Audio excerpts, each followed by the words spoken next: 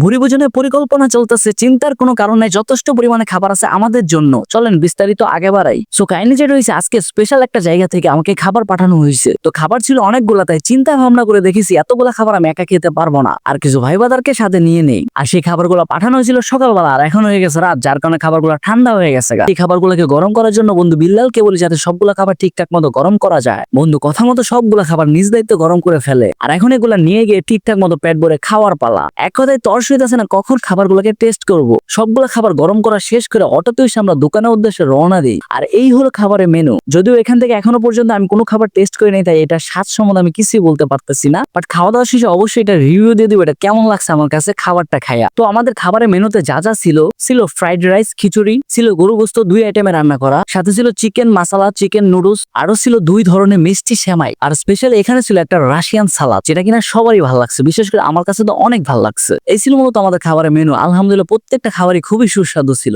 এখন যে রান্না করছে তারা তো অবশ্যই একটা স্পেশাল ধন্যবাদ দিতেই হইব, ওইটা না দিলে তো কেমনে কি ভাই। যতবারই মুখে খাবারটা দিতেছি ততবারই খুব ভালো লাগতেছে। সেই কথায় খাবারটা খুবই সুস্বাদু ছিল, খুবই ভালো লাগছে সবার কাছে, বিশেষ করে আমার সাথের গুলা তো প্রত্যেকটাই বলতেছে ওয়াও কি খাবার খাইতাছি ভাই, রেস্টুরেন্টে গিয়েও তো এরকম খাবার পাই না। তো ভরপুর খাইলাম, একটা সময় তো এমনটা মনে হইতেছিল কারাকারি শুরু হয়ে গেছিল খাবার লইয়া। তো ফাইনালি আমরা সবকিছু চেটে পুটে খাইছি। সো ভিডিওটা এই পর্যন্ত, সবাই ভালো থাকবেন, সুস্থ থাকবেন, আল্লাহ হাফেজ, দেখা হচ্ছে নেক্সট ভিডিওতে।